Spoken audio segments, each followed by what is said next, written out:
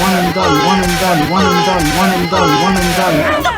The amount of rage quitting and even some one and doneing situations, it's too much. And in the pursuit of trying to get these new players into the game, you are alienating people that put time and effort into them. No matter what people say in the comment section, no matter what people might say in YouTube videos or what they might say on Twitter or Facebook, at the end of the day, people play video games. And yes, it's a first world problem, but they put a lot of time and effort into the games that they're playing. And it's kind of annoying when you've come home from work and the wife and kids maybe are asleep and you're like, okay, cool, I want to hit that goal, I want to get that PNG, I want to rank up, and you keep running into players who can't lock in, and now you have to deal with the consequences of them not locking in. Like, you are also the recipient of them not being able to play the game properly, so they rage quit on you or they one and done you.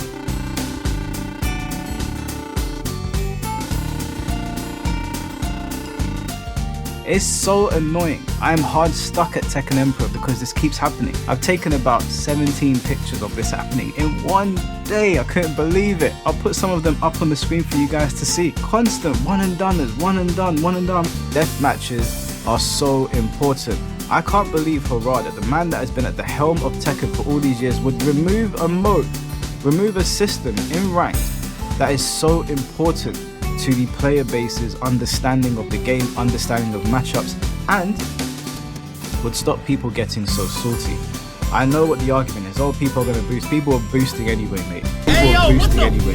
People are boosting anyway, mate.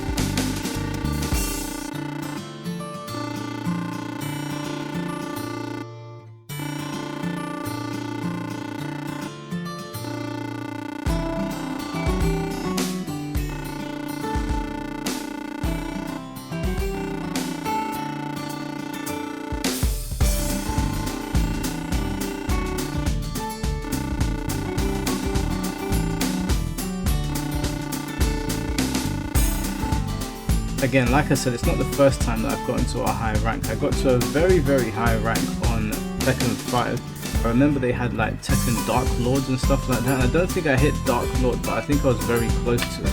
And then on Tekken Tag 2, the same thing happened, although I can't remember the naming convention. And then in Tekken 7, the highest that I got was Tekken, I believe it was Tekken God, the one that's just after Emperor. So I've had high ranks throughout my run on Tekken, but I've never reached the highest rank before. And even though they've just introduced the new variations of God of Destruction, and you'll have to forgive my controller, it's a little bit funny, you'll see some dropped combos that are very easy, my Ori fight pad is going a bit funny, but I've never had such an easy time going through ranked, and I've actually sat down to play it. Why the fuck you lying? It's so annoying. I am hard stuck at Tekken Emperor because this keeps happening. I've taken about 17 pictures of this happening in one day. I couldn't believe it. I'll put some of them up on the screen for you guys to see. Constant one and doneers, one and done, one and done. If you're gonna come up against someone like me, who right now is a battle ruler, I'm about to get demoted if I don't get my shit together, and I know I'm playing like dog shit now because I've gotten in my own head. The promotion chance is sitting there. Now I'm starting to like fall into the old habits of, oh my god, I'm gonna lose this. You become a bot almost.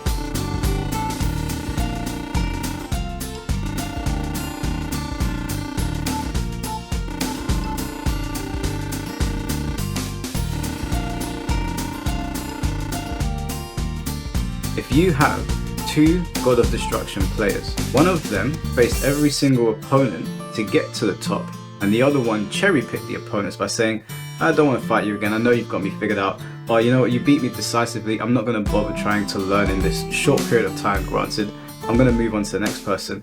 They can both get to God of Destruction, but one of them actually earned it, went through the trials and tribulations, and one is basically a fake. They've got the rank, but they didn't really earn it.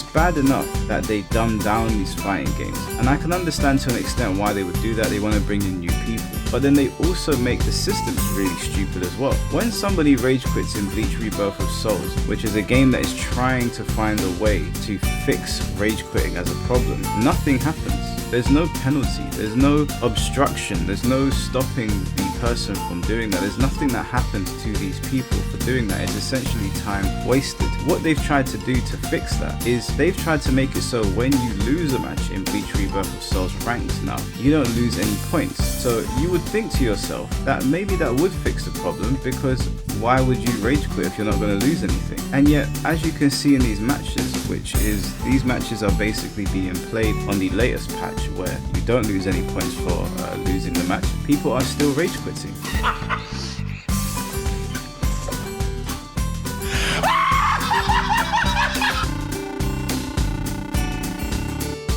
But I saw this tweet, and the tweet said, "I don't understand why people get so upset when people won and done. Who are you to tell me what to do in a game that I bought with my own money? Emergencies also exist. So dramatic, and for what?" I think anybody that says that when they've won and done, it has happened because of an emergency is more than likely lying. I can understand and accept that I'm sure 1 in 1,000 someone's broken into your house as you're playing the set and you have to leave. I get that. But more often than not, people leave because they're more concerned about preserving their rank and keeping their points up than actually getting better at the game.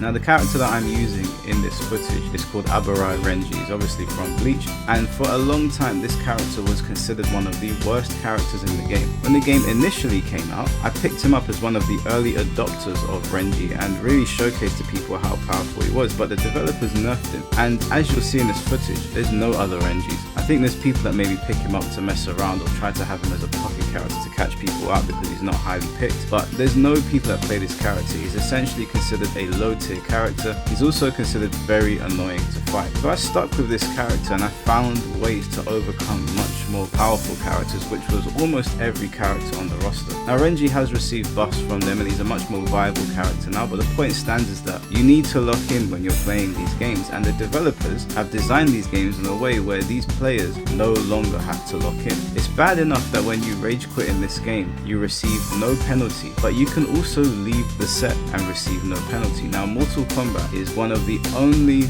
modern fighting games that got this right, and I have to give Mortal Kombat 1 its praise in this. When you leave a set in Mortal Kombat, you are punished accordingly. They give you the opportunity to leave the set, but they basically tell you that if you leave that set, you will not get these points. As a matter of fact, if I remember correctly, if you leave the set, you lose the points that you would have lost if you had stayed and lost the match, because essentially you're forfeiting. And rank to me is trying to replicate what it's like to be in a tournament setting and what it's like to basically go on a first to 3 war with somebody, because of a best of 3 or best of 5 depending on what game you're playing. I can't, it's time.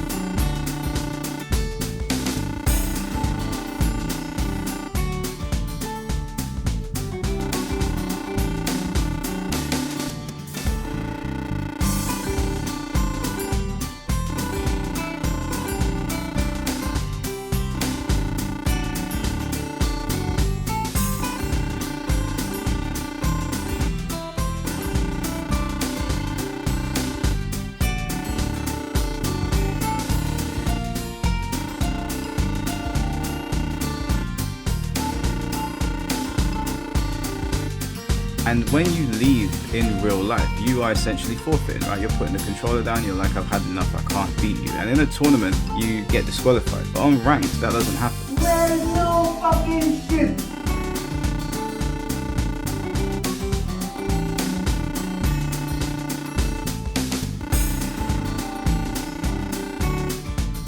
Now, I don't know what the point is in having a rank system if you're not going to distinguish the components of the rank system from quick play. In quick play, if people leave, that's completely fine. You can do this in casual mode, of course.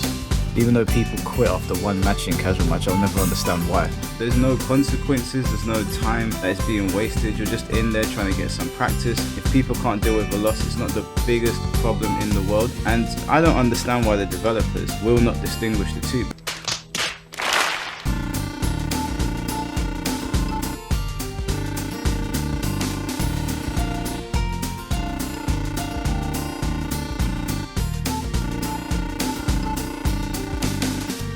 I think that if you implement proper consequences, it will incentivize the player base to just get better and lock in. It used to be like this. I remember back in Tekken 6, if you lost, you would get a loss on your record, you'd get a disconnect rate go up, and the other person would get a win. And, you know, people seem pretty happy with that, you know.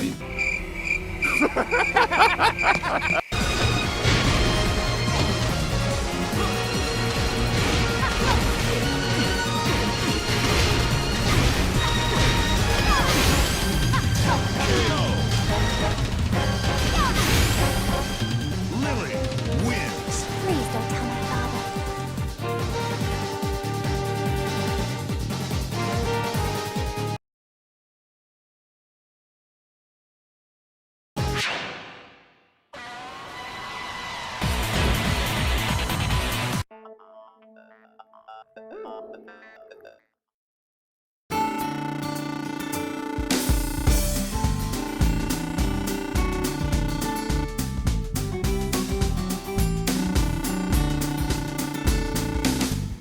Those are the consequences of your actions. The other thing that I also do want to touch on, and we've spoken about briefly here, is the one and dunning situation. Now, this has been spoken about to death, also by myself, and a lot of people leave comments on my videos saying, yo Mike, we don't owe you a game, we don't owe you anything. And to all these people that are saying that, I would say you are 100% correct. You are 1000% correct. You don't owe me a game. The reason you don't owe me the game is because these developers have made it so. Well, no fucking shit. Rank to me is trying to replicate what it's like to be in a tournament setting and what it's like to basically go on a first to three war with somebody, because of best of three or best of five, depending on what game you're playing. I remember there was a player in Street Fighter 4, a Zangief player, I don't remember what his name was, but it's back when championship mode used to exist, and this guy would just relentlessly beat me on the game. I did not know how to deal with him, and it was even more frustrating because I was using Bison, and in my head I was like, I feel like I should be winning this matchup. I don't know if it was a slam dunk for Bison. I know that doing scissor kick on Zangief is a bad idea, but outside of that I had the bionic kick, the heavy kick, and even his medium, and these were all very powerful buttons, and I couldn't beat him. And I remember I must have faced this guy 100 times, and I remember the day that I beat him, and the day that I beat him, after that he never beat me again. He never won a single match against me again. And guess what, I remember it got to a point where I'd figured him out so much after taking so many beatings against him, that he started rage quitting on me. And I was like, really? That's where we are now. And so it's been happening for a long time. This rage quitting phenomenon is not a new thing, but what I'm saying to people is that why rage quit when you could overcome your opponent? There is no better feeling than overcoming your opponent and overcoming somebody that you previously couldn't beat, that you previously couldn't touch. And then they have to sit on the other side of the controller and be like, yo, really, this guy really got me. He really, really got me.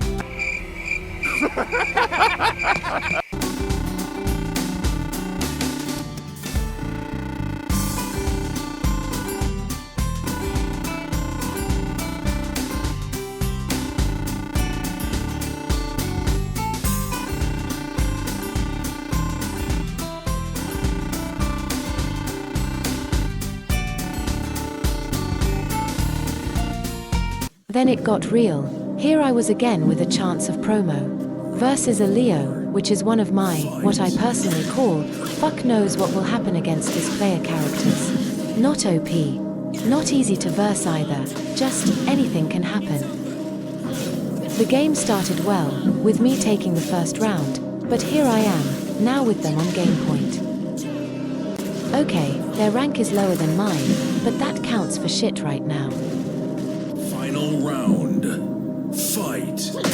They have already shown they know the commonly used Zafina moves, so I had to make the decision to either play more solid, or crank the ludicrous move dial up to 11 and risk it all. The final round did not start well.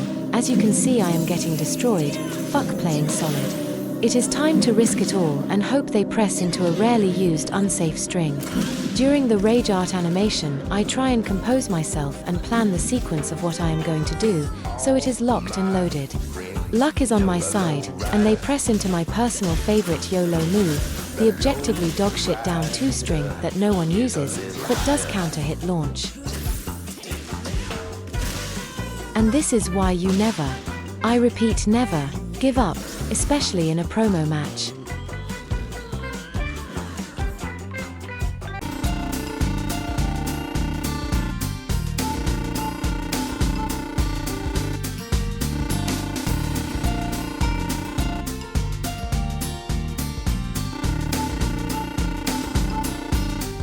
And that also goes for one and done. There's a couple of matches in here, I don't know where I've put them in, but I get one and done by players who previously had beaten me, and I'd always give them the rematch, because in my mind I was like, you earned that. Even if I don't like the way you did it, you earned that. I owe you a rematch. And I'll give them the rematch, and then it will come round to the time where I figured them out, you know, I've adapted. I don't just lose on these games, I sit back and go, okay, what could I have done better? And I overcome them. And then to get like nothing in return because of these developers, it's very irritating.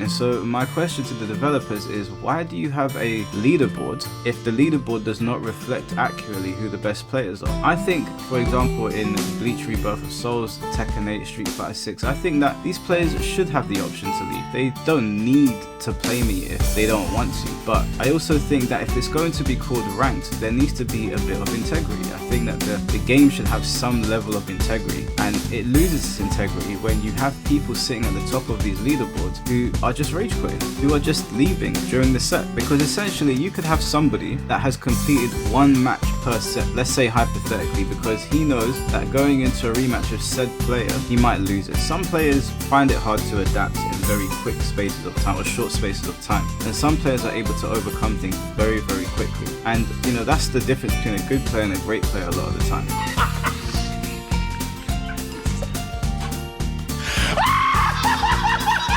Tekken is meant to be the most complex, the most nuanced, the most hard to adapt to, and you're telling people it's okay to leave after one game. Are you shitting me? Where is the logic in that? In Tekken, you'll run into somebody where it's like, oh, they're essentially executing the flowchart, and you break it, or you get close to breaking it, right? You get really close to breaking it.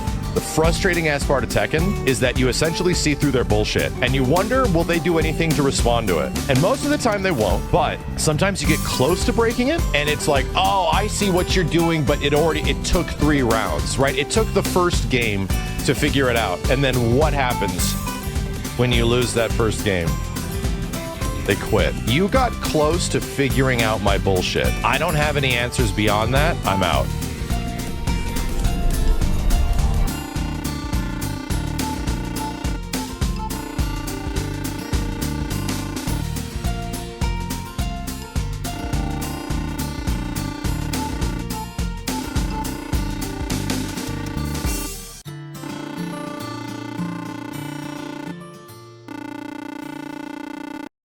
I would encourage people to blacklist people that do one and dones just because they lost.